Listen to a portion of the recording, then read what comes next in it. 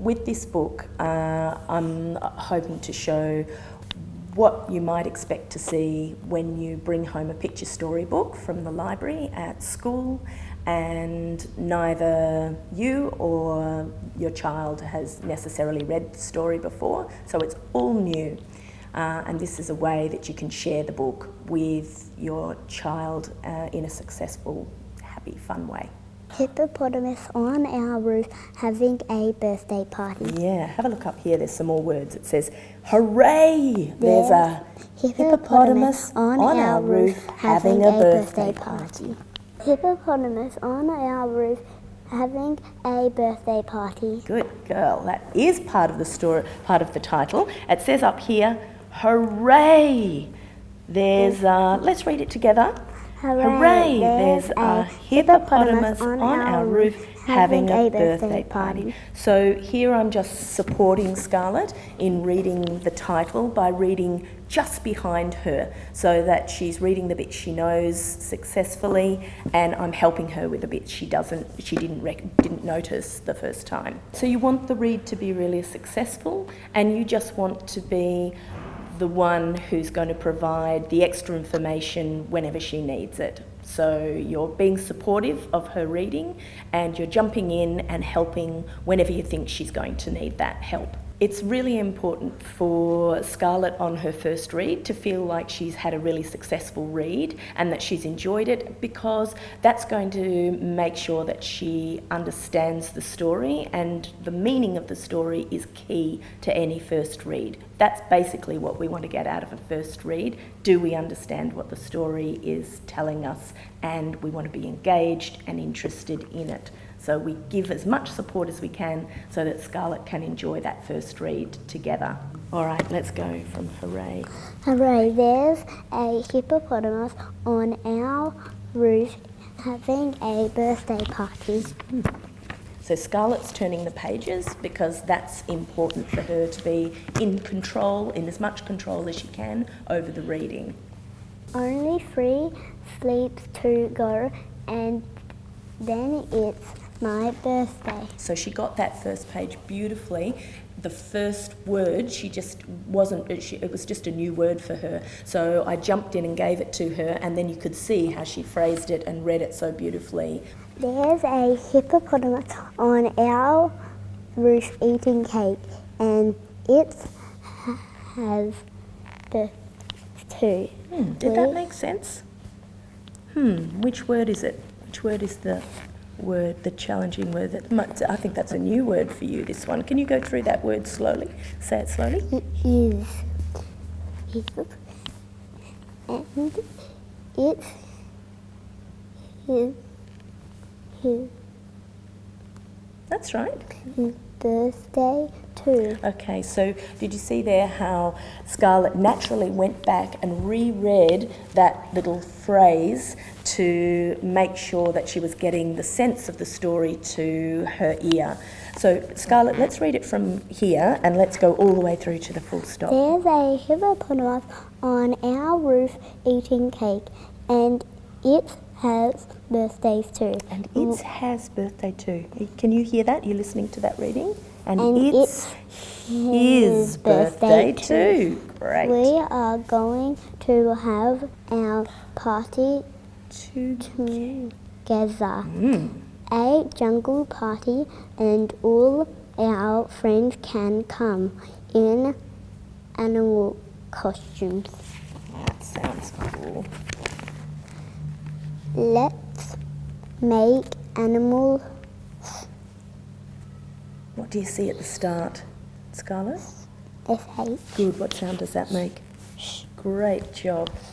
Let's go back from here. Let's make animal. Can we go through that word slowly? Shaped. Okay, let's see how that sounds. Let's make animal shapes. Invitation. Why would they need invitations, Scarlett? So then the people would know that they can come to the party instead of the other people just coming, because if you don't give invitations, then people won't come to your birthday party. That's right, so they need invitations. So there I'm just checking the meaning to see that she's on the right track with the idea of a birthday and invitations, and that's something Scarlett knows a lot about, birthdays, so she's really understanding the story so far. Let's go from there and let's keep reading this time. Let's make animal shaped invitations. Says my big sister. She draws the animals and cards, then out. That's right, and cuts them out. And out. And I do the colouring yeah, and sticking. And I think they're doing that down here, aren't they? And he put. What's happening there? He's putting sparkle over his head. Yes, he is.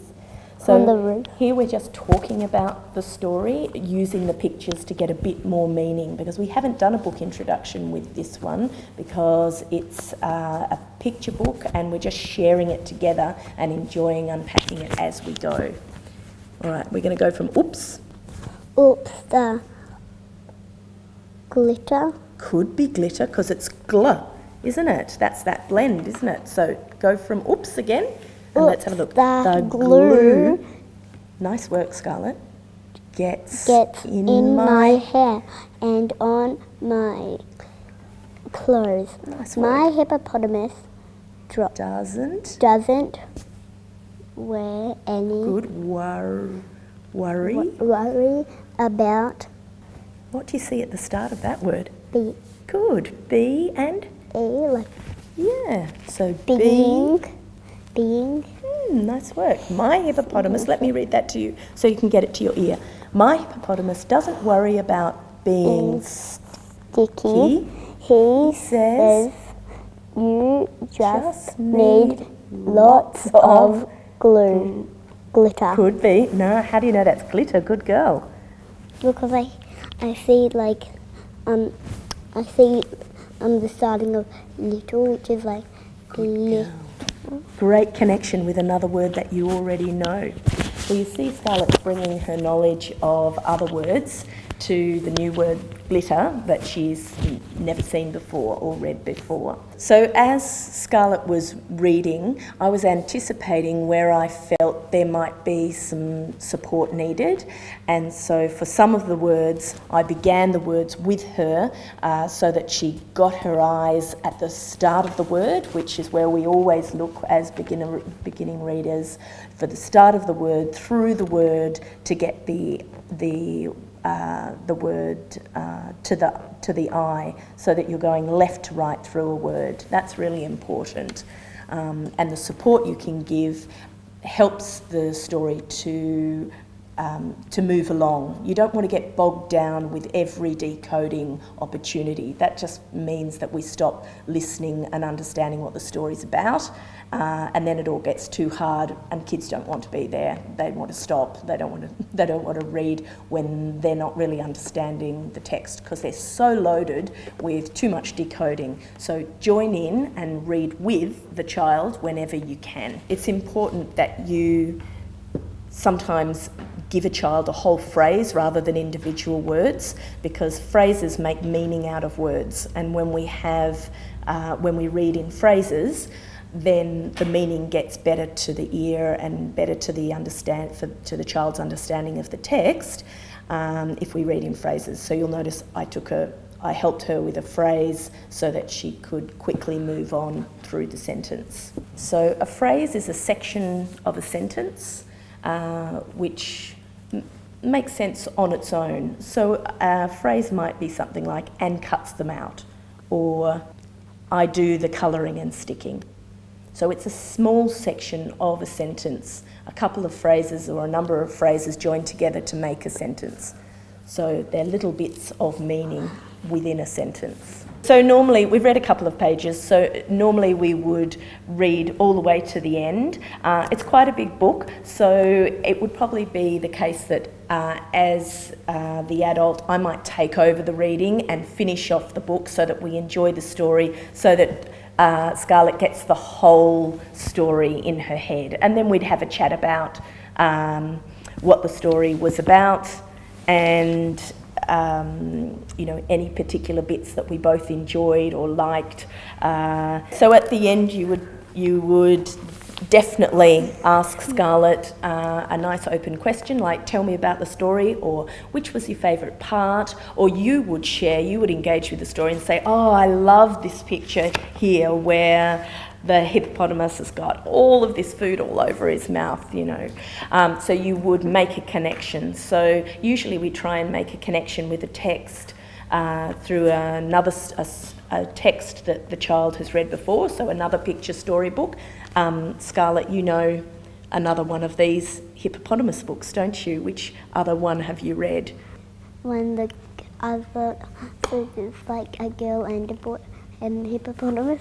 So when the girl and the boy, they went to hospital together. I know the one, there's a hippopotamus on our roof eating cake. That's the first one that was ever written in this series. I know the one in the beach. Is there one in the beach too? Cool. Maybe we could have a look at that one next time. So we try and make a connection between the story and another story, or between the story and something to do with Scarlett, or perhaps even between the story and something that's happened in the world that she knows about. So we try and make connections with text as much as possible. We also try and find out what the problem was in the story and how the story, through reading the story, we find the solution. And we just try and engage in as much chat about the book as we can.